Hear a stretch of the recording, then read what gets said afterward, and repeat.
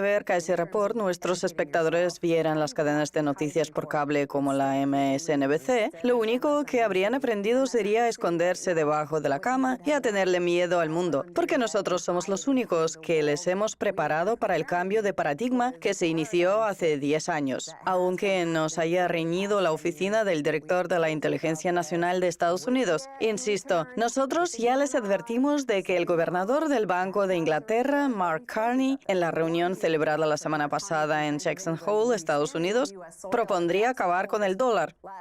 Y también les adelantamos que con el hundimiento del actual sistema Fiat, el oro se dispararía. Pues bien, ahora les avisamos de lo siguiente. El imperio estadounidense se desmorona igual que el imperio romano. Estoy convencida de que antes de que acabe el año, Trump habrá nombrado a una persona de su confianza para sustituir a Jerome Powell al frente de la Reserva Federal. Suena como un discurso de George Galloway, en plan, ya les avisamos, es toda una sarta de mentiras, con su inconfundible acento escocés. Claro. ¿Qué tal, George? Tienes que doblar las R's, una sarta. Se ha vuelto a presentar. Así es. Suerte, Pero George. vamos a hablar de Trump y de lo que está pasando en Estados Unidos. Sí, los medios de noticias por cable son, como se dice en el mundo de la lucha libre, el rudo, mientras que Donald Trump es el luchador Steve Austin, porque supuestamente imita su carrera.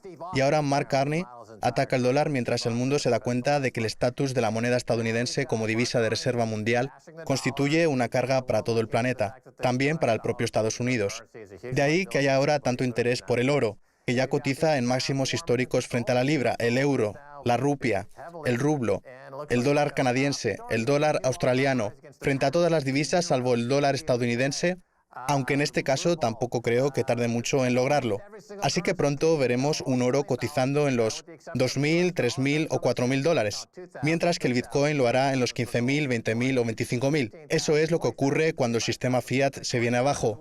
Mira, hay quien dice que el 90% del volumen de operaciones con el Bitcoin obedece a fines especulativos. Pues bien, teniendo en cuenta que los intereses se sitúan en terreno negativo, yo me atrevo a afirmar que el 99,9999% de todas las operaciones con dinero fiat también tienen ese mismo fin. Pues ya que hablamos de especular con el oro y el Bitcoin, ahora con lo que se especula es con la posibilidad de que, a no mucho tardar, el imperio se venga abajo y se produzca un cambio de paradigma radical, con una gran pérdida de confianza que nos obligará a tener un mecanismo de almacenamiento de valor alternativo. El problema es que la gente que ve a Rachel Maddow y en general la MSNBC será víctima de lo que se denomina el miedo a quedarse fuera. Invertirá en el oro cuando este cotice en los $5.000 y en el Bitcoin cuando lo haga en los $100.000, cuando lo que tendría que haber hecho es analizar la realidad y los datos fríamente y haber empezado a acumular oro poco a poco desde hace tiempo, que por cierto es lo que viene haciendo metódicamente mes a mes el Banco Central de Rusia desde hace 10 años.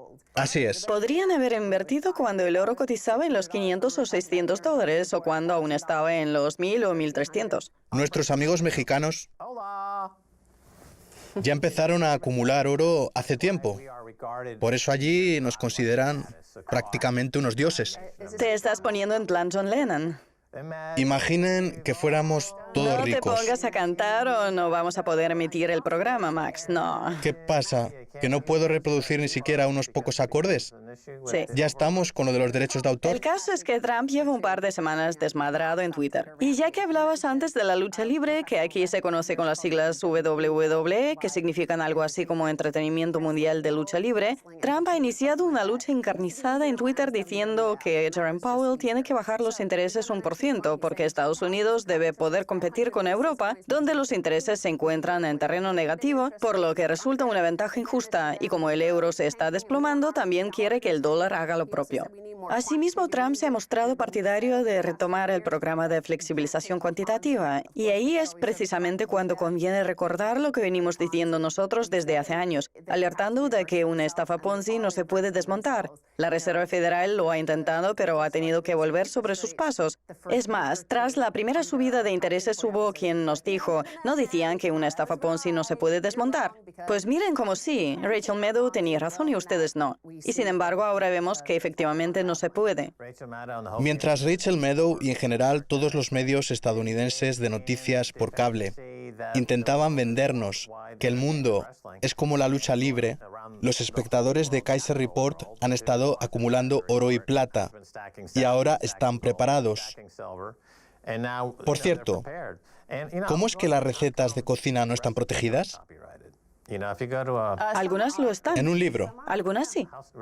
¿De veras? Sí, hay quien ha conseguido hacerlo, pero la receta del desastre en los Estados Unidos no está protegida porque empezó en los años 20. Entre 1929 y 1933 tuvimos la primera Gran Depresión a nivel mundial. Ahora puede decirse que se nos avecina la segunda, con una política basada en empobrecer al vecino que estrenó el Reino Unido con su decisión de suprimir la tasa de cambio fija de la libra respecto al oro y de devaluar respecto al metal, obligando al resto de países a hacer lo propio. ¿Y qué fue exactamente lo que hizo Estados Unidos? Confiscar oro e introducir la ley arancelaria Smoot-Hawley. Pues bien, ahora tras muchos tiras y aflojas por parte de Trump, en plan ahora negoció con China, ahora no, ahora subo los aranceles, ahora no, nos encontramos con esta cadena de tweets por parte del presidente. Nuestro país lleva años perdiendo absurdamente billones de dólares con China, que nos ha robado nuestra propiedad intelectual a un ritmo de cientos de miles de millones al año. Y quiere seguir haciéndolo, pero yo no voy a permitirlo. No necesitamos a China y, sinceramente,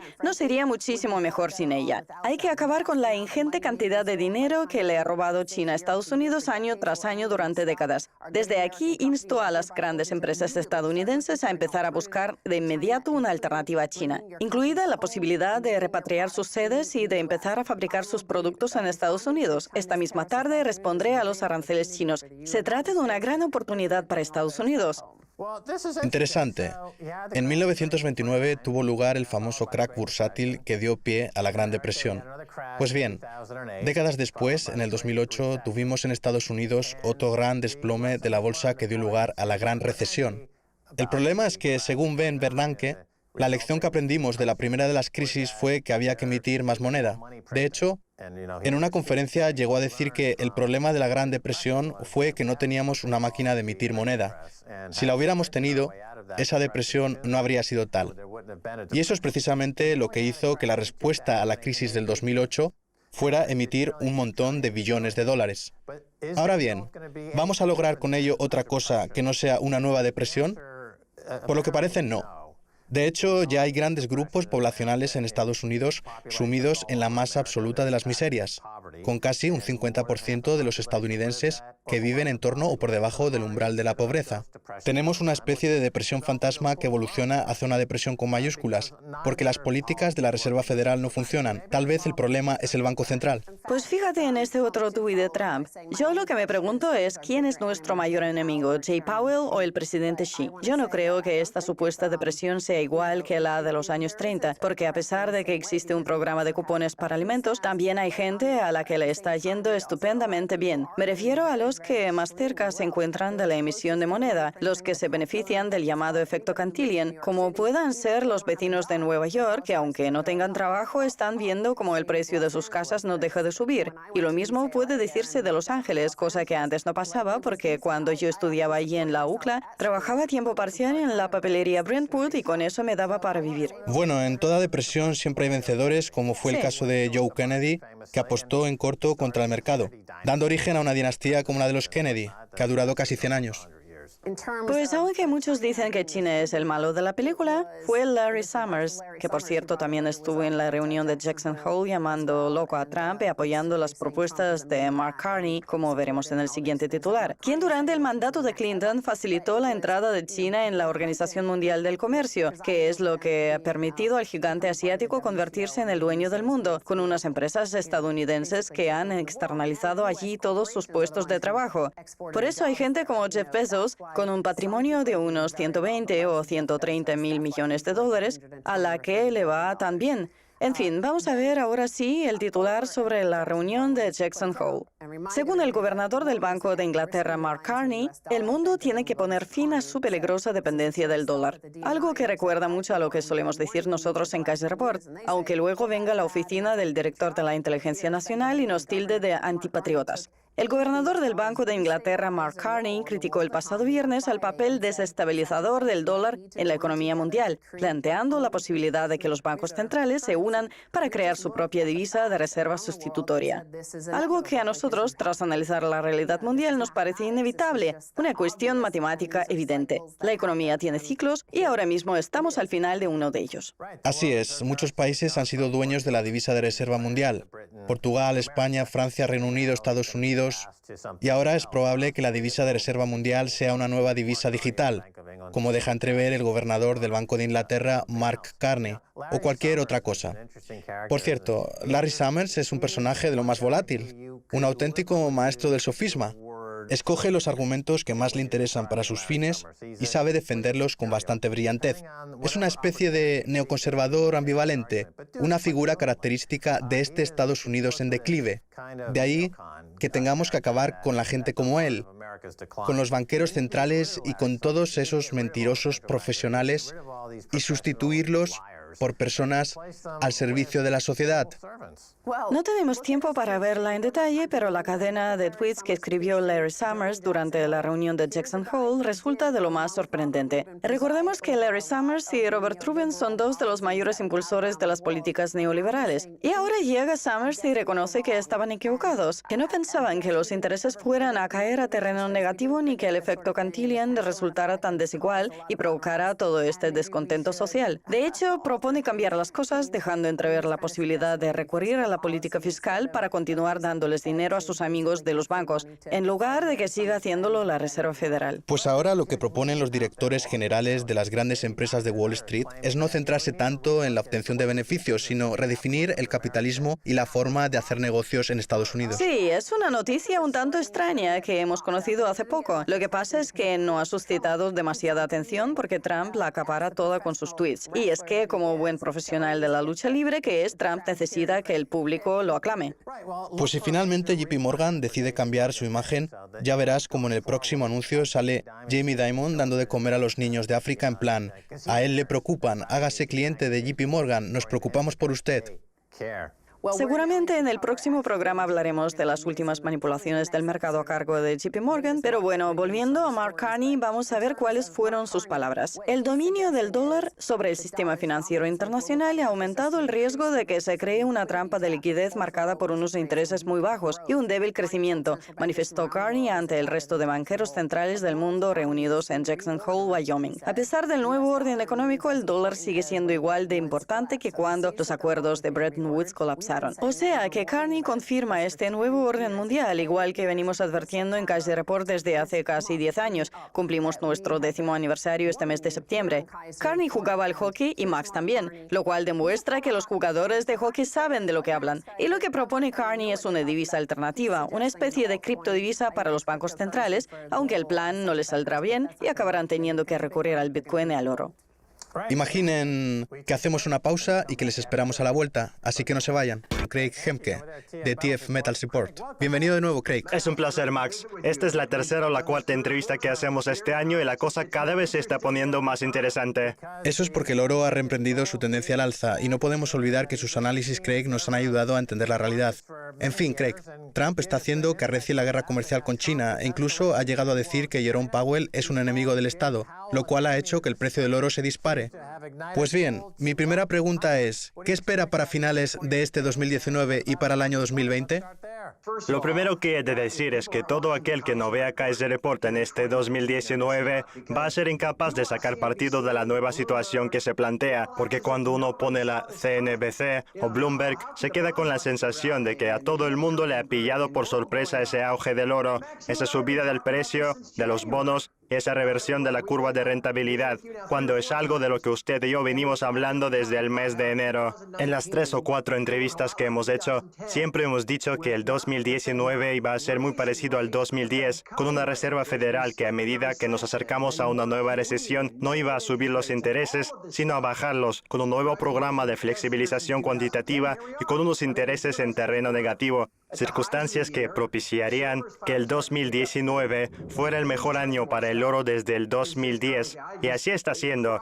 De hecho, ahora mismo el oro cotiza en máximos de este año y la plata también ha empezado a repuntar. Por cierto, lo de la guerra comercial es una auténtica locura, y lo que pasó el otro viernes, algo surrealista, cuando Trump se preguntaba por Twitter quién era el mayor enemigo de Estados Unidos, si el presidente chino o el de la Reserva Federal. Y luego llega el gobernador del Banco de Inglaterra, Mark Carney, y dice que hay que buscarle un sustituto al dólar. Por eso lo de este año es un auténtico disparate. Siempre va a haber altibajos y tendencias alcistas en las que, por cada paso atrás que se dan dos hacia adelante. Así que siempre conviene tener oro en cualquier forma. En cuanto el mundo se dé cuenta de ello y empiecen a asignarse activos al oro, a los metales preciosos y a las acciones de las empresas mineras, la cosa no hará sino ir a mejor para todos nosotros. Por cierto, por si a los espectadores les ha parecido oír un trueno, ¿hay tormenta donde se encuentra usted? Sí. Y usted tiene una posición privilegiada en esta tormenta que todos esperábamos. Parece que usted está en medio. Sí. En fin, ya que ha hablado de Kaiser Report, el nuestro es un programa internacional, mientras que otras cadenas como la CNBC o Bloomberg son más de carácter local y se centran solo en Estados Unidos y el dólar. Y cuando subrayamos el hecho de que el oro estuviera alcanzando nuevos máximos históricos frente al euro, la libra, el rublo o el real brasileño, frente al que ha subido casi un 400%, teníamos claro que nos encontrábamos a las puertas de un giro de 180 grados, porque tenemos una perspectiva mundial, que es lo que yo creo que hace falta para entender el resto de perspectivas locales. El caso es que Mark Carney estuvo la semana pasada en Estados Unidos, donde aprovechó para criticar duramente al dólar, lo cual resulta cuanto menos curioso, porque no es normal que un banquero central se distancie de sus homólogos, que suelen coordinar sus políticas. Vamos, que esa conspiración parece estar rompiéndose en lo que constituye uno de los momentos más destacados de la historia del dinero fiat. ¿Está usted de acuerdo con Carney, Craig? ¿Cree que hay que buscarle sustituto al dólar como unidad contable? A ver, es algo de lo que usted y yo, junto con otros analistas que observan la situación muy de cerca, venimos hablando desde hace 10 años. El privilegio desorbitado que ha tenido Estados Unidos desde la Segunda Guerra Mundial es algo transitorio, porque antes de Estados Unidos, el dueño de la divisa de reserva mundial era el Reino Unido, antes Portugal y más atrás en el tiempo, China. Es un cambio que se produce más o menos cada 100 años y que lleva teniendo lugar desde hace siglos. Y Estados Unidos no será inmune a él. Ahora bien, lo que a mí más me preocupa es que ese cambio no suele acontecer de manera pacífica, sino que el país con el privilegio desorbitado de imponer su divisa al resto del mundo no suele renunciar fácilmente a ese estatus. En plan, venga, ahora les toca a ustedes. Estados Unidos ha tratado de imponer este mantra por la fuerza en todo el mundo en un intento por mantener el estatus del dólar como divisa de reserva mundial, que lo está perdiendo. Cuando lo acabe de perder, todos los billones de dólares que se han emitido en los últimos 40 o 50 años, desde que Nixon decidiera abandonar la norma del oro, y todos los que se encuentran en el Tesoro estadounidense y en las reservas de divisas extranjeras de los socios comerciales de Estados Unidos van a volver a casa, provocando con ello una caída acusada de su valor, que es lo que suele pasar cuando la oferta de algo, lo que sea aparatos tecnológicos, naranjas, manzanas, aumenta repentinamente y la demanda se mantiene o incluso disminuye. Y eso es precisamente lo que va a pasarle a Estados Unidos. Aquí lo llamativo es que cuando la Reserva Federal se lanza a organizar una fiesta para celebrar lo grande que es y hablar de los bancos centrales, llega un competidor, como es el Banco de Inglaterra, y dice que la divisa estadounidense va a pasar a la historia y que hay que encontrar un nuevo paradigma. Esa es otra de las locuras que sucedieron el pasado viernes. Pues para sustituir al dólar hay un par de candidatos. Por un lado, los derechos especiales de giro del FMI, como se rumorea entre las voces dominantes del pensamiento, y por el otro, lo que acaba de sugerir Mark Carney. Sí. Una nueva criptodivisa, como un criptobanco. Sí. Una especie de imitación de la libra, la nueva divisa de Facebook. Pues bien, las declaraciones de Carney son interesantes por dos motivos. Uno es su puesta en duda del estatus del dólar como divisa de reserva mundial, y el otro es la posibilidad de optar por las criptodivisas y las divisas virtuales para sustituir al dólar. ¿Cree usted que Mark Carney está más cerca de convertirse en un firme defensor del Bitcoin, como ha sucedido con Joe Carnan de la CNBC y con otros, que en cuanto se suben al barco se convierten en drones de Satoshi, como me gusta decir a mí? ¿Va a convertirse Carney en un auténtico maximalista del Bitcoin? La verdad es que no tengo elementos de juicio como para dar una opinión. En ese tema prefiero seguir sus planteamientos, Max, que es lo que suelo hacer cada vez que pasa algo en el mundo relacionado con el Bitcoin. Así que le creo cuando dice que el precio va a subir primero a los $28.000 y posteriormente a los 100.000. Pues bien, hay quien sostiene que el Bitcoin podría convertirse en la nueva divisa de reserva mundial. El problema es que su capitalización de mercado es muy pequeña, incluso respecto a la del oro. Por tanto, para que eso ocurra con el Bitcoin o con cualquier otra divisa virtual, su precio ha de ser mucho más alto. Tiene razón. La capitalización del mercado del Bitcoin es mucho menor que la del mercado del oro. Así que vamos a aprovechar para continuar hablando del metal que se utiliza desde hace 5.000 años. Y es que, por los datos analíticos que tenemos, da la sensación de que hubiera un imperio en declive y otro en auge. A lo que voy es a lo siguiente. ¿Nos encontramos a las puertas de un cambio de tendencia a largo plazo? Porque parece que hemos pasado de una tendencia a la baja a una tendencia alcista. ¿Sobre esto va el tema? Hay 70 divisas fiat frente a las que el oro cotiza en máximos históricos. El dólar australiano, el canadiense, la libra. El domingo pasado por la noche estuvo a punto de hacerlo también frente al euro. Es decir, que prácticamente la única divisa frente a la que no cotiza en niveles récord es el dólar, por lo que yo creo que solo será cuestión de tiempo. Ahora bien, en cuanto se ha superado el umbral de los $1.360, una especie de resistencia que se venía manteniendo desde hace 6 años, la gente ha empezado a interesarse por el oro, que ha alcanzado los $1.525, más o menos el nivel en el que se encontraba cuando se produjo el desplome de mediados de abril del 2013, con la diferencia de que ahora hay mucha más gente interesada. En lo que respecta a las oportunidades de inversión, me gustaría explicarle una cosa a la audiencia, que seguro que lo entiende. Fue una cosa que me dijo Rick Rule hace un par de semanas. Resulta que en los últimos 40 años el porcentaje de asignación mundial de capital al oro, la plata, las acciones de las empresas mineras de metales preciosos, etc., ha oscilado entre el 0,5 y el 8%. Ese 8% se alcanzó en 1980, situándose de media en el 2,5%. Pues bien, ahora mismo seguimos en el 0,5%. ¿Se imagina qué pasaría si el mundo multiplicara por 5 la inversión en el oro, la plata y las empresas mineras? ¿Hasta dónde podría subir el precio? Porque no hay demasiadas formas de oro, ni demasiadas empresas mineras rentables en las que se pueda invertir. Tenemos una gran oportunidad de ganar una ingente cantidad de dinero fiat a lo largo de los próximos 2 años, lo cual es apasionante. Muy bien, vamos a hablar de un tema que hemos abordado de forma recurrente en el pasado. Me refiero a la manipulación del mercado de los metales preciosos, que hace unos años, cuando la denunció el Comité Antimonopolio del Oro, entre otros, se consideraba una teoría de la conspiración. Pues bien, en los 2 últimos años hay una ingente cantidad de informes emitidos por organismos reguladores de diversos países, el más reciente de ellos sobre el comportamiento de JP Morgan, que demuestran inequívocamente esa gran manipulación de la que hablamos en el mercado de los metales preciosos. Lo que pasa es que ahora da la sensación de que esos cárteles manipuladores están empezando a desintegrarse. ¿No le parece que eso es bueno para el oro? Y también es bueno que los bancos de lingotes ya no pueden mantener el precio en niveles artificialmente bajos, que es lo que han intentado constantemente, por el motivo que sea. Es más, si el oro no hubiese sido objeto de toda esa manipulación en los últimos 10 o 15 años, seguramente ahora su precio rondaría los 2.500 o los 2.600 la onza. ¿No le parece, Craig?